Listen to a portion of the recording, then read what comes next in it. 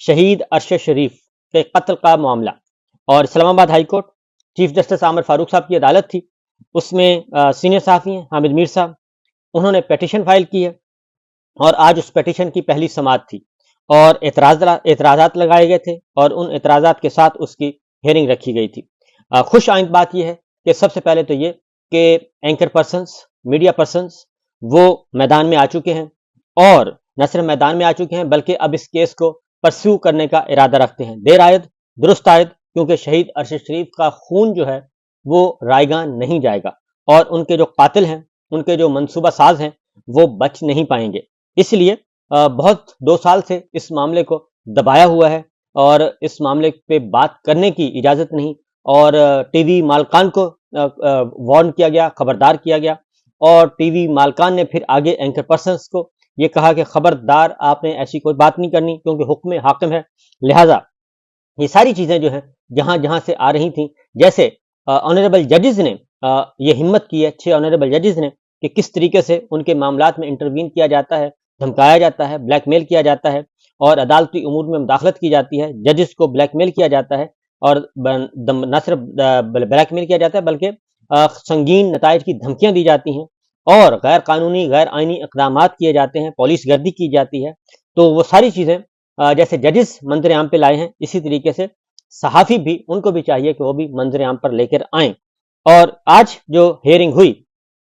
Chief justice عامر فاروق صاحب کی عدالت میں، تو رجسٹرار آفس نے درخواست پر اعتراض عائد کیا تھا کہ معاملہ سپریم کورٹ میں زیر التوا ہے، اور وہاں پہ کیا احکامات ہوئے ہیں وہ بھی ذرا ساتھ لگائے جائیں۔ تو اس اعتراض کے ساتھ یہ کیا گیا تھا۔ آج کاشف عباسی، محمد مالک، عارفہ نور، عمران ریاض خان، دیگر جو صحافی ہیں، صدیق جان، بہت سارے وہ موجود تھے، کورٹ رپورٹرز موجود تھے، سارے کے سارے اس کمرہ عدالت میں، اور وکیل تھے بیرسٹر شعیب رزاق۔ اور چیف جسٹس صاحب نے پوچھا کہ جناب بتائیے کہ کیا اعتراض ہے، تو بتایا گیا کہ سپریم کورٹ میں سو موٹو ایکشن لیا گیا تھا، اور اس لیے اس کی آرڈر شیٹ مانگی جا رہی ہے۔ تو چیف جسٹس عامر فاروق صاحب نے کہا کہ یہ اعتراضات ہم دور کر دیتے ہیں، آپ سپریم کورٹ میں زیر سماعت کیس کی جو آرڈر شیٹ ہے وہ مہیا کر دیں، لہٰذا اب اس کی سرٹیفائڈ کاپیز آئیں گی، اور وہ بھی آ جائیں گی، اور اس طریقے سے یہ ایکسیپٹ کر لی گئی ہے۔ شہید ارشد شریف کے معاملے کی پیٹیشن جو ہے وہ ایکسیپٹ ہو گئی ہے، اور اب اس پہ آگے، کیونکہ اس میں استدعا کی گئی ہے کہ جو معاملہ ہے اس میں استدعا یہ کی گئی ہے کہ جناب آپ اس پہ جوڈیشل کمیشن بنائیں، ایک ہائی کورٹ سپریم کورٹ کے سرونگ ججز ہوں، وہ اس معاملے کی انویسٹیگیٹ کریں، اور شہید ارشد شریف کے قتل تک، ان کے ملک چھوڑنے سے اور ملک چھوڑنے سے پہلے اور جو واقعات ہوئے، اور اس کے بعد باہر کینیا میں جا کے پھر دبئی کا معاملہ، یہ سارے کے سارے جوڈیشل کمیشن تشکیل دیا جائے، اور جو ایف ایف ٹی کی رپورٹ ہے اور جو جی آئی ٹی کی رپورٹ ہے وہ بھی جوڈیشل کمیشن کے روبرو پیش کی جائے، تاکہ یہ چیزیں جو ہیں وہ آگے بڑھ سکیں، اور اس بات کا تعین کیا جا سکے کہ اس کے قاتل کون ہیں، منصوبہ ساز کون ہیں۔ تو آگے بڑھتے ہیں، اور معاملہ ہے عمران خان صاحب کا، اور عدت کیس اب ختم ہونے جا رہا ہے، کیونکہ اب راہ فرار اختیار کیے جا رہے ہیں سرکاری وکلا۔ کل ہم نے دیکھا کہ القادر ٹرسٹ میں بیل اپلیکیشن، سرکاری وکلا غائب، سرکار غائب، اور سرکار کا مطلب ہے ہماری اسٹیبلشمنٹ غائب، کیونکہ انہوں نے بڑی محنت کے ساتھ یہ سب کچھ کیا تھا۔ اب چونکہ ججز جو ہیں وہ ذرا تھوڑا سا عدلیہ ہمت پکڑی ہے، اور عدلیہ نے کہا کہ بہت ہو گیا، آپ نے پاکستان کو برباد کر دیا، لہٰذا اب ججز بھی کھڑے ہو گئے ہیں، اور ججز اب میرٹ پہ فیصلہ کرنا چاہ رہے ہیں، اور ان کو میرٹ پر فیصلہ کرنے سے روکا جا رہا ہے۔ ڈیلیئنگ ٹیکٹس یوز کیے جا رہے ہیں، اور ڈیلیئنگ ٹیکٹس ایسے یوز کیے جا رہے ہیں کہ اب وکلا غائب ہو جاتے ہیں۔ اب وکلا کو کھڑا کیا جا رہا ہے ججز کے سامنے، ان کو باؤنڈ کیا جا رہا ہے، ان کے ہاتھ پاؤں باندھنے کی کوشش کی جا رہی ہے، پروسیجر میں ڈالا جا رہا ہے، ڈیلیئنگ ٹیکٹس یوز کیے جا رہے ہیں۔ تو یہی کاج آج عدت کیس میں بھی ہوا، اور بشرا بی بی کا اور عمران خان صاحب کا عدت کیس، اور ایک غلیظ ترین حرکت کی ہے، انتقام کی بدترین مثال جو ہے وہ ذاتی انتقام، ذاتی کیچڑ اچھالنا، ایک بدترین غلیظ ترین کہنا چاہیے، ایک اقدام اٹھایا گیا، اور ایک نکاح کو، ایک میاں بیوی کے معاملے کو، اور ذاتی انتقام تک اس حد تک آ گئے، سیاسی انتقام تک، کہ ان کے نکاح کو ہی چیلنج کر دیا گیا، اور میاں بیوی کو کہ جو ایک ان کی ایک لائف تھی اس کو برباد کرنے کی کوشش کی گئی، صرف ایک اپنے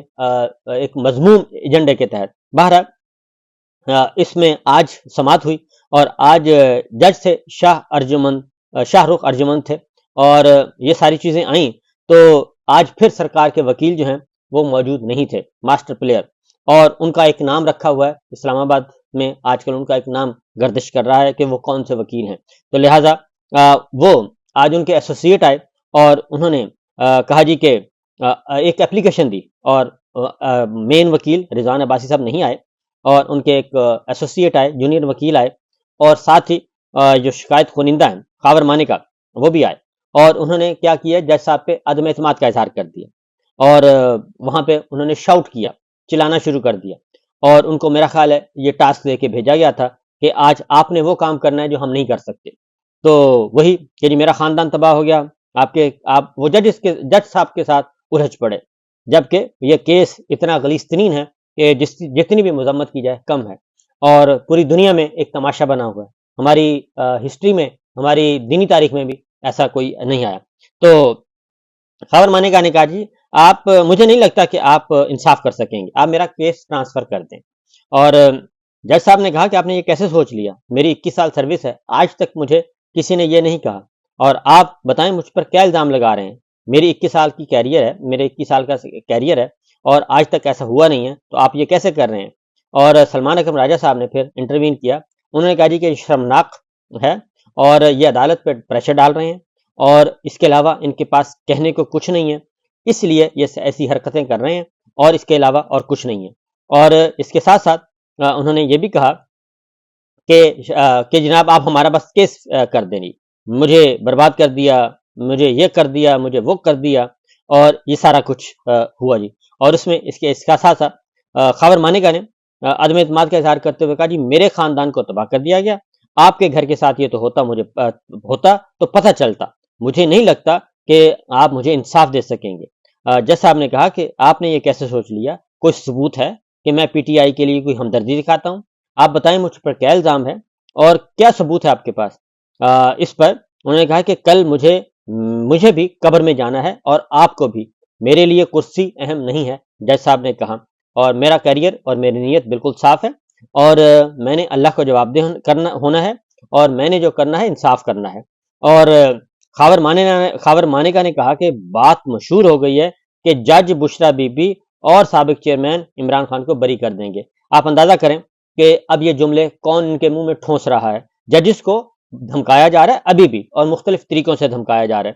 اور خاور مانیکا اور عمران خان کے وکیل کے درمیان، پھر سلمان اکرم راجہ صاحب کے درمیان تلخی بھی ہوئی، اور تلخ جملوں کا تبادلہ بھی ہوا، اور سلمان اکرم نے خاور مانیکا سے متعلق یہ کہا کہ یہ بندہ انتہا کا جھوٹا ہے، اور یہ جھوٹ بول رہا ہے، اور یہ سب کچھ اس لیے کر رہا ہے کہ یہ اب ہارا ہوا ہے، اور یہ ہارا ہوا ہے اور کیچڑ اچھال رہا ہے۔ خاور مانیکا نے کہا کہ زلفی بخاری سے جو ہے میرے گھر میں میسج کرتا ہے، میری بیٹیوں کو فونز کال کیوں کر رہا ہے؟ جج شاہ رخ ارجمند نے کہا کہ جب کوئی پارٹی کیس کے بعد باہر نکلتی ہے تو کہتی ہے جج نے پیسے لے لیے، اپیل کی سٹیج ہوتی ہے، میں کسی کو کیس ٹرانسفر نہیں کر رہا، اور لہٰذا انہوں نے کہا کہ اس کیس کو اس حد تک سن چکا ہوں کہ کیس کسی اور عدالت میں ٹرانسفر نہیں ہو سکتا، سیکشن 528 کے مطابق اس معاملے میں ہائی کورٹ ہی کچھ کر سکتا ہے، میں تو یہ کیس سنوں گا۔ اور اس کے بعد جی یہ ساری جو گفتگو ہوئی، اور ایک جملہ لکھ کر کہیں کہ کیس نہ سنیں، جج صاحب کی پی ٹی آئی سے ہمدردی ہے، سلمان اکرم راجہ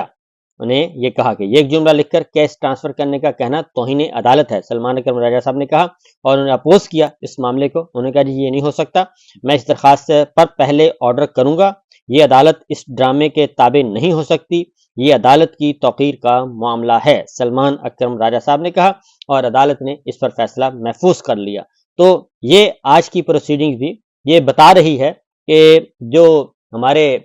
ہیں ججز، ان کو دبانے کے لیے اب ایک نیا حربہ استعمال کیا جا رہا ہے، اور